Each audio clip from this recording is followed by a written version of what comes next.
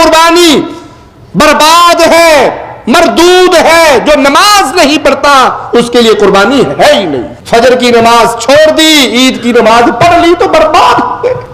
جو لوگ بینک میں نوکری کرتے ہیں، اب ان کے بارے میں پوچھو کہ مولانا صاحب وہ قربانی کرتے ہیں، ان کی قربانی ہوگی کہ نہیں ہوگی؟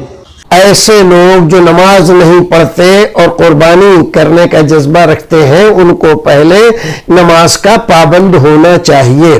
محترم ناظرین، آج کے اس ویڈیو میں ہم دکھانے والے ہیں کہ کیا بے نمازی کی قربانی قبول ہوگی. بے نمازی جو مستقل بے نمازی ہے وہ قربانی کرنا چاہتا ہے لیکن نماز نہیں پڑھتا ہے، تو کیا ایسا کرنا ان کے لیے درست ہے؟ نبی کریم صلی اللہ علیہ وسلم کا فرمان ہے کہ مسلمان اور کافر کے درمیان فرق کرنے والی چیز نماز ہے. اس نماز کو چھوڑتا ہے اور 20، 30، 50 ہزار روپے کی قربانی کرتا ہے، تو کیا ایسا کرنا درست ہے؟ اللہ تعالیٰ فرماتا ہے فَصَلِّ لِرَبِّكَ وَانْحَرْ، کہ بھائی پہلے نماز پڑھو پھر قربانی کرو. ہم نماز نہ پڑھ کر قربانی کریں تو بالکل ویسے ہی جیسے سر کو چھوڑ کر دم کو پکڑ رہے ہیں. بے نماز کی قربانی برباد ہے، مردود ہے. جو نماز نہیں پڑھتا اس کے لیے قربانی ہے ہی نہیں. جو مستقل نماز کا تارک ہے وہ امت محمدیہ کا فرد نہیں ہے. کڑوی بات لیکن حقیقت پر مبنی، جو مستقل نماز کا تارک ہے وہ امت محمدیہ میں سے نہیں ہے. اسے کوئی ضرورت نہیں وہ 40,000 20,000 کا بکرا لے، جانور لے، ذبح کرے. بے نماز کی کوئی قربانی نہیں.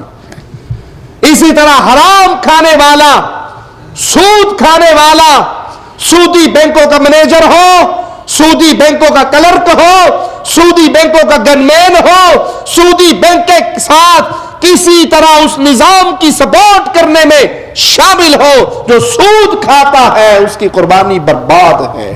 کیوں برباد ہے؟ کیوں برباد ہے؟ کہ اللہ حرام مال کو قبول. حصہ اگر آپ قربانی میں کہیں ڈالیں تب بھی یہ مسائل یاد رکھیں. گائے میں 7 حصے ہیں، 6 حصے مواحدوں کے ہیں، 1 حصہ مشرک کا آ گیا، سارے برباد ہو گئے. 1 حصہ مستقل بے نماز کا آ گیا، سارے برباد ہو گئے. اپنے حصے میں حصہ ڈالتے ہوئے یہ نہ دیکھے چچا کا حصہ، ماموں کا حصہ، خالہ کا حصہ آ گیا، خاندان فیملی ممبر نے مل کے قربانی کر لی. پہلے یہ دیکھے یہ سارے مواحد ہیں، یہ سارے نمازی ہیں، یہ سارے حلال کھانے والے ہیں. ان میں سود والا تو نہیں ہے، لاٹری والا تو نہیں ہے، جوئے والا تو نہیں ہے، رشوت والا تو نہیں ہے، شراب بیچنے والا تو نہیں ہے، حرام کام کرنے والا تو نہیں ہے. رزق حلال ہونا شرط ہے، نمازی ہونا شرط ہے، مواحد ہونا شرط ہے. یہ قربانی انسان کے درجات کی بلندی ہے، اللہ کی رضا کو حاصل کرنا ہے، اور اللہ مشرک سے راضی نہیں ہوتا. اللہ کے لیے اس کی روح کو سمجھیے، اس قربانی کے مقاصد کو سمجھیے.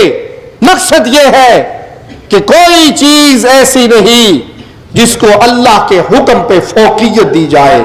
میرے رب کے حکم سے بیوی کا حکم ٹکرائے، میرے رب کے حکم سے فیملی ممبر کا حکم ٹکرائے، اولاد، بھائی، باپ، عزیز، قریبی، رشتہ دار، قوم، قبیلہ، حکومتیں، سلطنتیں، کوئی بھی اللہ کے حکم سے ٹکرا رہی ہے، میں سب کو چھوڑ سکتا ہوں، اللہ کو نہیں چھوڑ سکتا.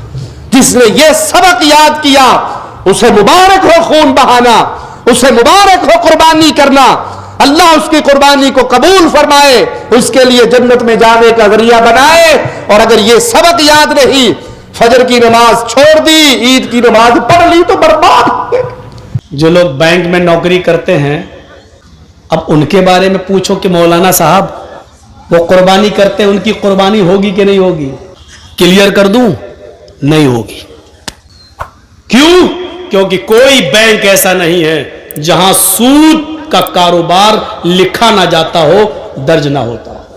اسٹیٹ بینک لے لو، ICICI بینک لے لو، گرامین بینک لے لو، ریزرو بینک، کوئی بھی بینک ہو، آپ اس میں نوکری کر رہے ہیں، آپ کھاتے نہیں ہیں،